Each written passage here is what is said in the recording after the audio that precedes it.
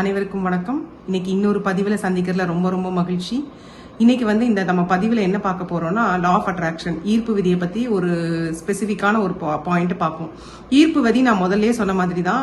எப்படி law of gravity எல்லாருமே ஒத்துக்கிறோம் இல்லையா? ஒரு பொருளை தூக்கி வீசினா கண்டிப்பா அது திரும்பி கீழே தான் விடும். அது மாதிரி தான் லா ஆஃப் அட்ராக்ஷன் அப்படிங்கிறது பாத்தீங்கன்னா நம்மளை சுத்தி நம்ம கிட்ட எப்பவுமே இருந்துகிட்டு இருக்கிற ஒரு விஷயம். ஆனா நம்ம அதை உணர்வது இல்லை. சோ அதை உணர ஆரம்பிச்சோம்னாலே நமக்கு வாழ்க்கையில நிறைய மாற்றங்கள் வரும்.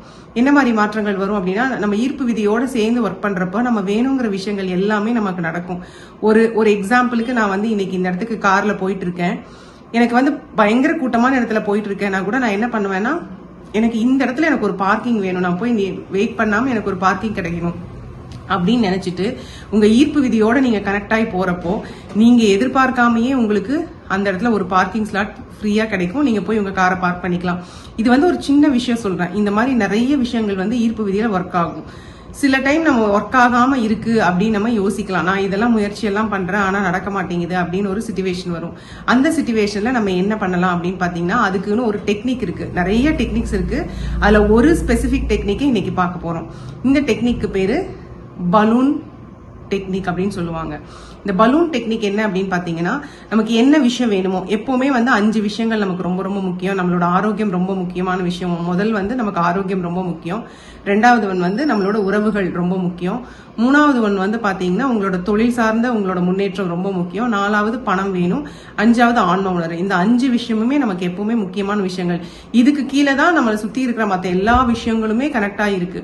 சோ இந்த 5 விஷயங்களும் நம்ம எப்படி பண்றோம், நமக்கு இதுல என்ன வேணும் அப்படிங்கறத எடுத்துக்கணும். ஃபார் எக்ஸாம்பிள், உங்களுக்கு கல்யாணமே நடக்கல இப்படிங்கிற ஒரு எக்ஸாம்பிள் எடுத்துக்கலாம். உங்களுக்கு நிறைய பொண்ணு பாக்குறாங்க, ஏதோ ஒரு ரீசனால தடங்கள் நடந்துகிட்டே இருக்கு, கல்யாணமே நடக்கல அப்படின்னு ஒரு விஷயம் நடக்குது அப்படின்னா, நீங்க என்ன பண்ணணும்னா, பிரபஞ்சத்துக்கிட்ட மொத்தமா உங்களை போய் சரணாகதி அடையணும். சரணாகதியில ஒரு ப்ராசஸ் தான் இந்த பலூன் டெக்னிக் அப்படிங்கிறது. இந்த பலூன் டெக்னிக் அப்படிங்கிறது எப்படி பண்ணணும் அப்படின்னு பாத்தீங்கன்னா, நீங்க இப்ப எனக்கு கல்யாணம் ஆகணும், நான் எல்லா முயற்சியும் பண்ணிக்கிட்டே இருக்கேன், நிறைய பொண்ணு பாக்குறோம், எல்லாம் பண்றோம், ஏதோ ஒன்று நடக்குது, கடைசி நிமிஷத்துல நின்னு போயிருது அப்படிங்கிற சிச்சுவேஷன்ல இது நம்ம பண்ணணும் அப்படின்னு முடிவு பண்ணிட்டோம்னா, ஃபர்ஸ்ட் ஒரு பலூன் வாங்கிக்கணும். பலூனை வாங்கிட்டு பலூன்ல பலூன்ல டைரக்டா உங்களுக்கு என்ன வேணுங்கிறத எழுதலாம். இல்லைன்னா ஒரு பேப்பர்ல உங்களுக்கு என்ன வேணும், எனக்கு கல்யாணம் நடந்துருச்சு.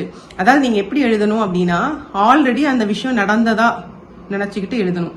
எனக்கு நடந்துருச்சு, ஆல்ரெடி நான் கல்யாணமாகி இப்ப அமோகமான வாழ்க்கை வாழ்ந்துட்டு இருக்கேன் என் ஒய்ஃபோட அப்படிங்கிற விஷயத்தை எழுதி, ஒன்னு பலூனை ஊதி பலூனுக்குள்ளார இந்த பேப்பரை போட்டுடலாம். இல்ல பலூனை ஊதி டைப் பண்ணிட்டு பலூன் மேல உங்களுக்கு என்ன வேணும் அப்படிங்கறத எழுதிட்டு கண்ணை மூடி ஒரு நிமிஷம் பிரபஞ்சத்துக்கிட்ட நீங்க சொல்லணும், பிரபஞ்சமே நன்றி, நான் உங்ககிட்ட ஃபுல்லா சரணடைஞ்சிடுறேன், எனக்கு இந்த விஷயம் நடந்ததுக்கு ரொம்ப ரொம்ப நன்றி அப்படின்னு சொல்லிட்டு அந்த பலூனை ஊதி அப்படியே விட்டுறணும்.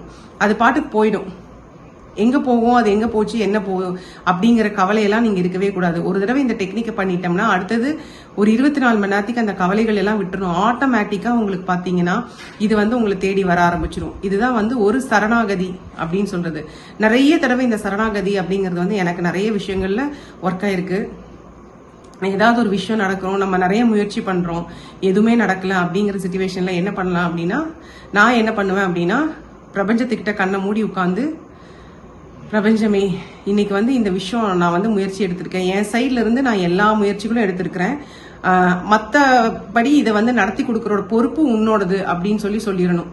நான் இந்த முயற்சியெல்லாம் எடுத்தாச்சு, நான் உன்னை முழுசா சரணாகதி அடைகிறேன், நீ என்னோட ஒரு பார்ட்னரா இருந்து எனக்கு இதை நல்லபடியா முடிச்சு கொடுக்கணும் அப்படின்னு சொல்லி ஒரு வேண்டுதல் வேண்டிட்டு அந்த பேப்பர்ல எழுதிட்டு பலூனுக்குள்ள போட்டு ஊதிட்டு அந்த பலூனை பறக்க விட்டுறணும். அப்படி போறப்போ அந்த பலூன் மேல பறந்து போற மாதிரியே உங்களோட என்னென்ன நீங்க ஆசைகள் வச்சிருக்கீங்களோ அது எல்லாமே பறந்து போய் யூனிவர்ஸ் கிட்ட போய் உங்களால அதை அச்சீவ் பண்ண முடியும். நீங்க நினைச்ச மாதிரி அதை அச்சீவ் ஆகும். சோ இந்த டெக்னிக்கை ட்ரை பண்ணி பாருங்க. இந்த பலூன் டெக்னிக் நல்லபடியா ஒர்க் ஆகும். இது ஒரு சரணாகதி, ஐ சரண்டர் டு யூனிவர்ஸ் அப்படிங்கிற மாதிரி. இதை நீங்க ஃபாலோ பண்ணி பார்த்து உங்களுக்கு எப்படி ஒர்க் அவுட் ஆகுதுங்கிறத சொல்லுங்க. மிக்க நன்றி.